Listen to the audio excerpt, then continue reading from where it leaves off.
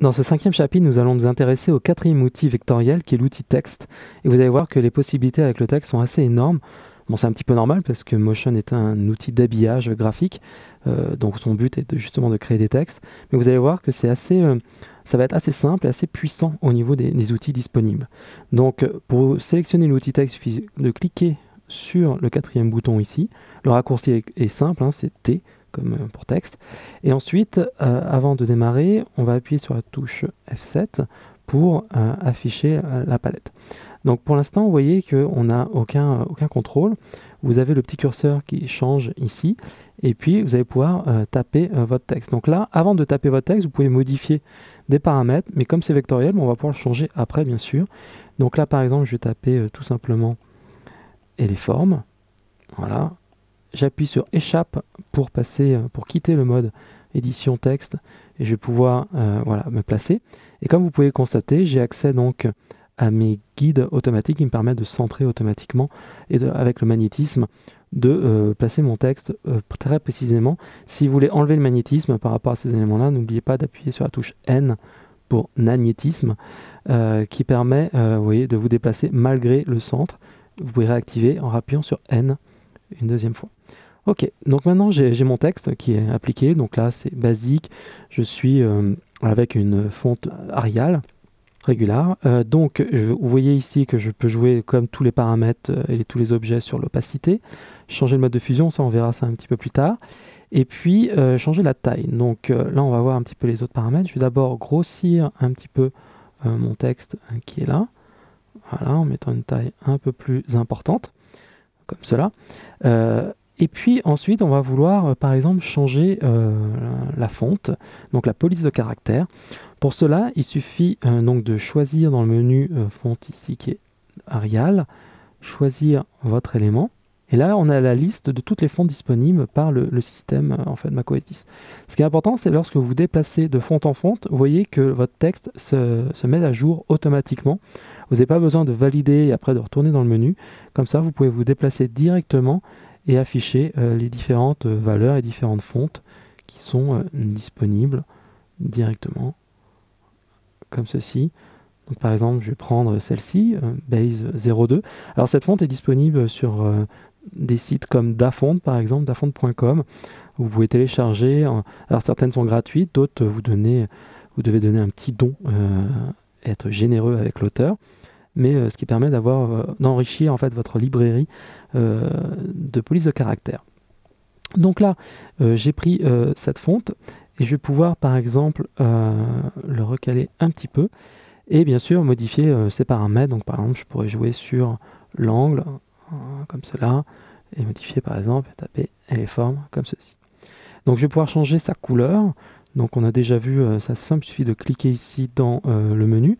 Ou bien au lieu d'utiliser la palette, comme cela, vous pouvez donc cliquer sur la petite flèche qui est à droite pour utiliser la palette de Motion, donc la palette de couleurs. Et par exemple, vous pouvez prendre une couleur un peu plus bleutée, par exemple. On va prendre comme ceci. Voilà. Et ensuite, je vais pouvoir jouer sur son mode de fusion. Alors le mode de fusion va être important parce que ça permet par exemple, en utilisant multiplier, vous voyez, de changer complètement le rendu visuel par l'addition de mes deux calques, en fait, avec ce mur de briques et cet élément. Donc, au niveau de ce chapitre et de cette leçon, nous allons voir maintenant un petit peu comment modifier. Donc, alors, je peux faire peut-être avant, vous voyez, vous montrer différents types vous voyez, de rendu. Donc, par exemple, incrustation. Donc, on a vraiment différents types d'affichage et de rendu visuel grâce au mode de fusion. D'accord, comme ceci par exemple. Je vais revenir sur lumière crue était pas mal, mais il n'est pas très lisible. Donc je pense que je vais revenir sur le multiplier, voilà, qui est un petit peu plus visible, par exemple. Et je vais pouvoir par exemple changer donc son orientation. Alors vous voyez que le pivot est placé à gauche ici, parce que vous pouvez voir en fait que mon texte est aligné par rapport à gauche. On peut le centrer. Donc maintenant le pivot est au centre, à droite, ou bien là ça va être plus pour le mode paragraphe, on verra un petit peu plus tard. Vous avez la possibilité en fait de tout justifier au niveau de votre texte, d'accord. Vous pouvez ici aligner le texte par rapport au haut, par rapport au milieu, au centre, mais ça on va le voir par rapport justement au paragraphe qu'on va traiter. Donc je vais revenir sur alignement à gauche, donc ça c'est la valeur par défaut. Ensuite, en fonction des fontes que vous avez, vous avez différents modes, par exemple italique ou gras. Donc là, cette fonte, vous voyez, j'ai un seul choix. Par contre, si je reviens sur banque gothique, par exemple, vous voyez, medium ou light. Donc je peux passer entre ces différents modes. Voilà, comme cela. Et ensuite, vous avez en bas, en dessous du paramètre taille, vous avez suivi. Alors suivi va vous permettre ici d'élargir, vous voyez, l'espacement entre les lettres. Donc ça peut être intéressant. Et en fonction, vous voyez, de votre alignement, vous pouvez faire, vous voyez, le suivi se fait par rapport à votre point de pivot. Donc c'est important. Donc si vous voulez faire des effets d'animation, vous allez voir, on a plein d'effets comme ça, mais vous pouvez par exemple développer votre nom directement avec ce paramètre de suivi qui est disponible. Comme cela. Alors interligne, on ne peut pas le voir pour l'instant parce qu'on a tracé qu'une ligne, on va le voir un petit peu plus tard. Mais en tous les cas, vous voyez, on a ici, avec cette fenêtre, cette palette d'ajustement, les principaux paramètres par défaut. Un des paramètres que l'on voit aussi, c'est normal, là-haut. En fait, ce sont des modes et des attributs qu'on va pouvoir attribuer. Par exemple, si on veut un mode 80s, voilà, donc il ne se voit pas trop, donc je vais me remettre en mode normal là-dessus. Donc là, on a, vous voyez, en fait, c'est comme des pré-réglages que vous pouvez appliquer, par exemple, Candy, boom. Et on va voir un petit peu plus tard, dans les leçons qui suivent, comment justement créer c'est par exemple l'effet néon. Vous voyez, comme ceci, je peux agrandir un petit peu la taille. Donc ça, ce sont des pré-réglages que vous avez automatiquement en fonction de votre... dès que vous installez Motion 5. Voilà. Donc ça, ce sont les paramètres de base. Donc là, on a un petit effet simili 3D. Donc je vais revenir sur le mode normal. Alors, il y a même celui-ci, par exemple. Vous voyez. Donc ça change même la fonte directement. Donc là, je vais me remettre avec ma fonte que j'avais choisie, qui était Base 02. Voilà, avec une couleur un petit peu plus bleutée. Alors vous voyez, ça a changé complètement tous mes paramètres. D'accord. Mais on va voir comment gérer tout cela. Et on va se mettre en multiplier. Ok, donc si je veux avoir un peu plus de paramètres par rapport à mon texte, je vais pouvoir aller dans l'inspecteur et dans l'onglet, le dernier onglet, donc le 4e texte, on va avoir 3 sous-onglets, format, style, présentation. Donc au niveau du format, on va retrouver beaucoup de paramètres qui sont présents dans la palette d'ajustement. Donc on a bien sûr ce mode-là qui va me permettre en fait de changer un petit peu ce que j'avais fait tout de suite avec l'élément. Mais je vais pouvoir aussi, par exemple, jouer sur les collections de police. Donc là, ça permet d'accéder aux différentes collections qu'on a à l'intérieur de macOS 10. Par exemple, si on a fait des catégories, ou on a des catégories disponibles directement par rapport à ça, on a accès directement à cet élément-là. Ensuite, j'ai la police, le type, est-ce que c'est italique, gras, ainsi de suite. La taille, donc là, ce sont les paramètres qu'on retrouve exactement ici. Les types d'alignement, donc ça avec les paragraphes. Pareil, alignement vertical. On a l'interligne, le suivi. Donc vous voyez, pour l'instant, il n'y a pas de changement. Et après, on a ligne standard. Ça va permettre, en fait, au niveau de votre point de pivot, de décaler par rapport à la ligne. Si vous voyez, en fait, mon point de pivot est au centre, là, je vais pouvoir faire un offset, ce qu'on appelle un décalage de mon texte par rapport à cette ligne de base qui est présente. Donc là, on va revenir sur une valeur de 0 par défaut. Et puis, on va regarder en dessous les mises en forme avancées. Alors, avancé, on a échelle, donc c'est pas très avancé, donc c'est la taille. Mais ce qui est important, vous voyez, il y a deux notions. Il y a la taille et l'échelle. D'accord? C'est-à-dire que vous pouvez avoir une taille et ensuite grossir. Je vous conseille toujours de jouer d'abord sur la taille et après d'affiner votre élément avec l'échelle, plutôt que de mettre une taille basse, comme ceci, et ensuite monter grosse échelle, parce que vous allez perdre en définition. Donc, il vaut mieux jouer sur la fonte au départ et après réajuster par rapport à l'échelle.